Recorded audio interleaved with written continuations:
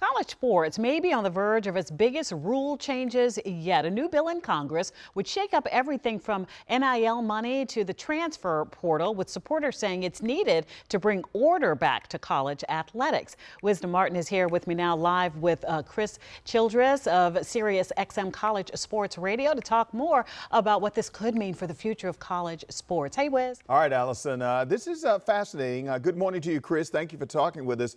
This is a big debate in college sports right now because when the money started to play out and the transfer, it seemed like the wild, wild west. So for fans trying to keep up with all these changes in college sports, what is the biggest problem the bill is trying to solve when it comes to NIL and the transfer portal? Well, we're in a world right now where it's lawlessness. So we're trying to get some sort of arms around just the fact that we're living in the wild, wild west, and people throw that term around a lot, but it really is true. Seemingly there's no rules. We have poaching of players. We have coaches leaving in the middle of the playoff like Lane Kiffin. We have two leagues that have become super powerful in the Big Ten and the SEC, and they've got more power.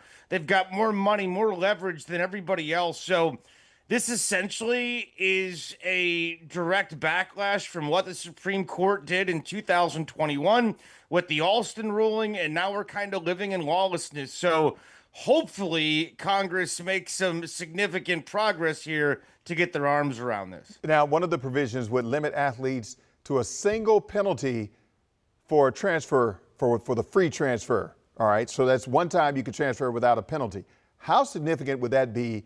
And do you think it actually would slow down constant player movement? Because right now it's, a player could be here 1 year, he could be at North Carolina 1 year, he could be at UCLA for a second year, he could be at Portland for 1 year, he could be at Texas for his last year, and so on and so on. It's humongous because nobody has an alma mater anymore. Nobody goes to a college and brings their family back and says, look at where, I played college football, and look at where I met your mom and where I had history class. It's a massive deal because A, it really restores the roots of college football, but B, it's not just guys running around trying to find the perfect fit. They're going to grow within a program. They're going to face adversity. It's not going to be just free agency. So it is very much needed, and at this point, long overdue. All right, the bill also proposes national standards for athletes' compensation. Could this level the playing field in recruiting, or will schools with the biggest resources still have the huge advantage? The schools with the big resources are fighting to keep that advantage because they don't want to give away the power. They want to be the best, the Ohio States, the Alabamas, the Texases. That's why the SEC and the Big Ten have been reluctant to support this legislation. Now, if it passes, it will even the playing field a little bit more, and I think in a lot of ways it would restore regionality to the world of college football, which to me was when college sports was at its best, think mid-90s.